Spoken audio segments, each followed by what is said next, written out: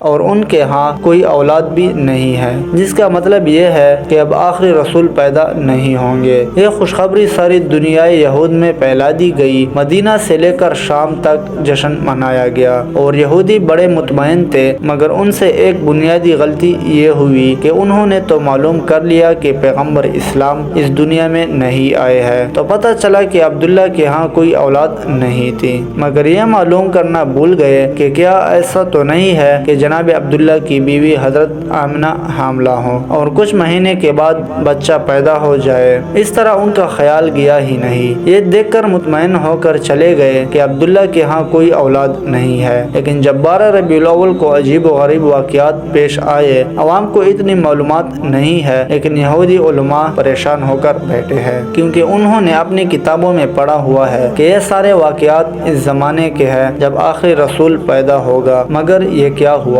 آخری رسول کیسے پیدا ہو گیا؟ کیونکہ آخری رسول کے والد کو ہم نے پورے یقین کے ساتھ قتل کیا ہے کہ یہی رسول کے والد ہے، اور حضرت یحییٰ کے کرتے نے بھی گواہی دی کہ یہی والد ہے۔ یہ بھی ہم نے پتہ چلا لیا کہ ان کے ہاں کوئی اولاد نہیں ہے، پھر یہ رسول کہاں سے آ گئے؟ اب پریشان ہے کیونکہ ان کی کتاب میں لکھا ہوا ہے کہ آخری رسول عبداللہ کے ہاں پیدا ہوں گے اور یہ عجیب و غریب واقعات پیش آئیں گے۔ اب حیران ہے کہ عبداللہ کے ہاں تو رسول پیدا نہیں ہوئے، اور اگر کسی اور کے ہاں پیدا ہوئے ہیں تو یہ ہماری کتاب کے برعکس ہے۔ فوراً ایک گروہ بنایا گیا کہ وہ مکہ میں جا کر تحقیق کرے۔ جب یہ لوگ مکہ پہنچے تو اس وقت پیغمبر اسلام کو مکہ سے حضرت حلیمہ سعدیہ کے مکان میں منتقل کیا جا چکا تھا، اور پیغمبر اسلام کی پیدائش کو 2 ماہ گزر چکے تھے۔ اب یہ یہودی پریشان ہو کر ڈھونڈ رہے ہیں کہ کون سا بچہ ایسا ہے جو 2 ماہ پہلے پیدا ہوا ہوگا، مگر کوئی ایسا بچہ نظر نہیں آ رہا۔ کسی سے پوچھ نہیں سکتے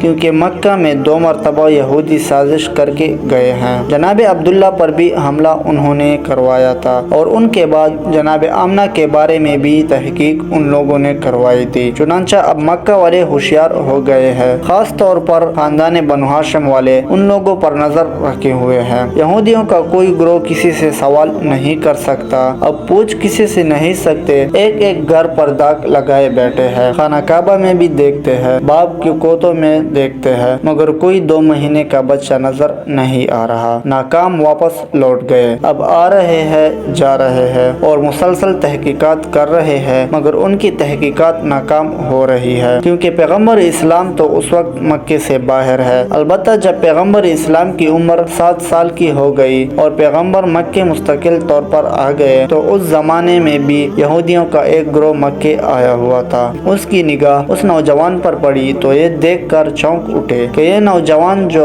اپنے دادا اور چچا کے ساتھ چل رہا ہے، اس کے چلنے کا طریقہ، اس کی بات کا طریقہ بالکل وہی ہے جو ہماری کتابوں کے مطابق آخری رسول کا طریقہ ہے۔ اس کے سر پر بادل سایہ بھی کر رہا ہے۔ یہ جس درخت کے قریب سے گزرتا ہے، درخت کی شاخ ایک مرتبہ جھک جاتی ہے۔ یہ جس پتھر کے قریب جاتا ہے، پتھر کلام کرنے لگتا ہے۔ یہ جس طرف جائے، راستے میں کوئی رکاوٹ ہو تو رکاوٹ خود بخود ہٹنے لگتی ہے۔ یہ سب نشانیاں تو آخری رسول کی نشانیاں ہیں، لیکن اگر یہ آخری رسول ہے تو یہ تو 25 سال کا نوجوان نظر آ رہا ہے، جبکہ ہمارے علم اور ہماری کتابوں کے مطابق اس کو 7 سال کا ہونا چاہیے۔ یہودیوں کی اس گروہ نے اپنے علماء سے مشورہ کیا۔ انہوں نے کہا کہ خوب اچھی طرح دیکھ لو، یہی اگر آخری رسول ہے تو اسے قتل کر دو۔ یہودیوں کو یہ تو پتہ چل گیا کہ یہ بچہ عبد المطلب کے گھر میں پیدا ہوا ہے، عبداللہ کا بیٹا ہے، لیکن ابھی دل میں ایک کٹک ہے کہ جس طرح ہم پہلے غلطی کر گئے تھے اور اس بچے کے والد کو قتل کرنے اور اس کے ہاں اولاد کے نہ ہونے کا پتہ کر کے مطمئن ہو گئے تھے اور جشن منا لیا تھا، لیکن بعد میں پتہ چلا کہ ہم دھوکہ کھا گئے ہیں۔ ابھی بھی ایسا نہ ہو کہ ہم اس نوجوان کو قتل کر کے چلے جائیں اور ہم مطمئن ہو جائیں اور 20 سال بعد پتہ چلے کہ رسول تو ابھی زندہ ہے۔ اس لیے یہودی اس دفعہ 100% یقین کرنا چاہتے تھے کہ یہی نوجوان اللہ کا سچا پیغمبر ہے۔ یہودیوں نے اپنی کتاب میں پڑھا ہوا تھا اور ان کو اس بات کی معرفت تھی کہ جو بھی اللہ کا رسول ہوگا، چاہے پہلا ہو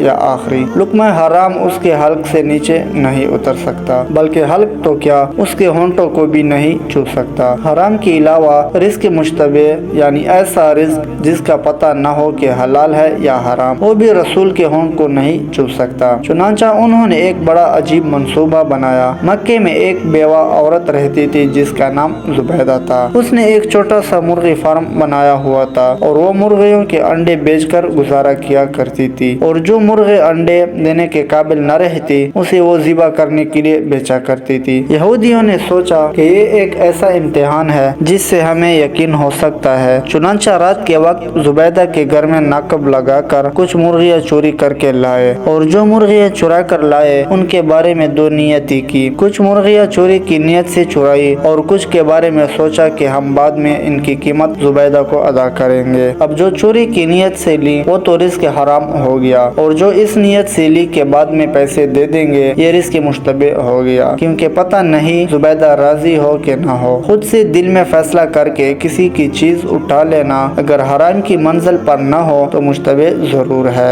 अगले दिन जनाब अब्दुल मुत्तलिब को दावत दी गई कि आप मक्का के सरदार और खाना काबा के मुतवल्ली है, एक काबिल एहतराम शख्सियत है, हम बाहर से आए हुए मेहमान है, हमारा दिल चाहता है कि आप हमारे साथ एक वक्त का खाना खा लें। इस्लाम में किसी का तोहफा या दावत रद्द करने की सख्त ममानियत है। चुनांचा हजरत अब्दुल मुत्तलिब ने दावत कबूल कर ली। यहूदियों का असल मकसद तो पैगम्बर इस्लाम का इम्तिहान लेना था, इसलिए हजरत अब्दुल मुत्तलिब से कहने लगे कि आप अकेले में दावत में नहीं आएंगे बल्कि खानदान बनु हाशिम के सारे मर्द आएंगे, खास तौर पर आपके सब बेटे और पोते जरूर आएंगे। हजरत अब्दुल मुत्तलिब ने कहा कि तुम ना भी कहते तो मेरी शर्त यही होती, क्योंकि मैं अपने पोते के बगैर किसी दावत में शरीक नहीं होता। यहूदियों के तो दिल की हो गई। चुनांचा खाने का इंतजाम किया गया। अब यहूदियों ने ये ज़हन में रखा है कि ये हराम वाली मुर्गी है, ये मुश्तबे वाली मुर्गी है। दस्तरखान लगा दिया गया। यहूदियों ने हजरत अब्दुल मुत्तलिब से कहा कि ए रईस मक्का,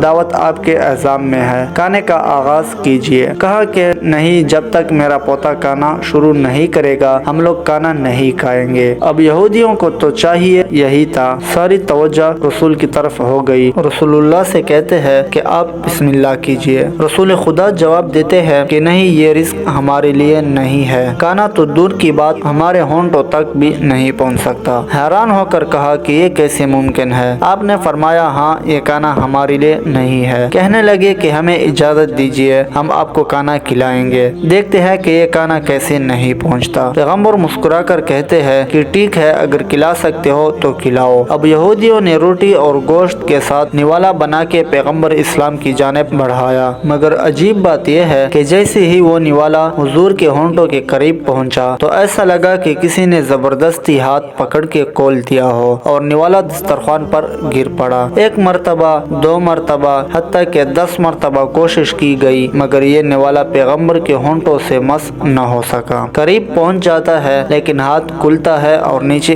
गिर जाता है। यहूदी बज़ाहिर तो परेशान है, लेकिन दिल में खुशी है कि आधी अलामत तो पूरी हो गई है। ये हराम वाला खाना था, अब मुश्तबे खाना लेके आते हैं। फिर पैगंबर इस्लाम से कहते हैं कि आगाज कीजिए। पैगंबर इस्लाम उसी इत्मीनान से जवाब देते हैं कि ये हमारे लिए नहीं है। यहूदी कहते हैं कि हम खिलाएं। पैगंबर ने कहा चलो ठीक है, फिर कोशिश करके देख लो। अब जब कोई निवाला हाथ में लेकर पैगंबर के होंठ के करीब ले जाता है तो वो या दाएं निकल जाता है या बाएं निकल जाता है, लेकिन होंठ के करीब नहीं जाता। यहूदी हजरत अब्दुल मुत्तलिब से कहते हैं कि हमने तो खुलूस से दावत दी थी, लेकिन पता नहीं ये क्या हो रहा है, क्या खुदाई राज है इसमें। जनाब अब्दुल मुत्तलिब और पैगंबर इस्लाम समझ गए कि ये क्या बात है, लेकिन कहने का मौका नहीं है। खानदान बनु हाशिम अपने घर वापस चला गया और यहूदियों को यकीन कामिल हो गया कि ये रसूल बरहक है। चुनांचा उसके बाद फिर साजिशों का एक सिलसिला शुरू हो गया। यही वजह है कि उस वाक़ये के बाद जनाब अब्दुल मुत्तलिब पैगंबर इस्लाम की और ज्यादा हिफाजत करने लगे थे और अपने सारे बेटों से कह दिया था कि अब यहूदियों की सारी दुश्मनी का निशाना मेरा होता होगा, तुम लोग घर के किसी काम से इसको बाहर न भेजना। इससे पहले हजरत अब्दुल मुत्तलिब भेड़, बकरियां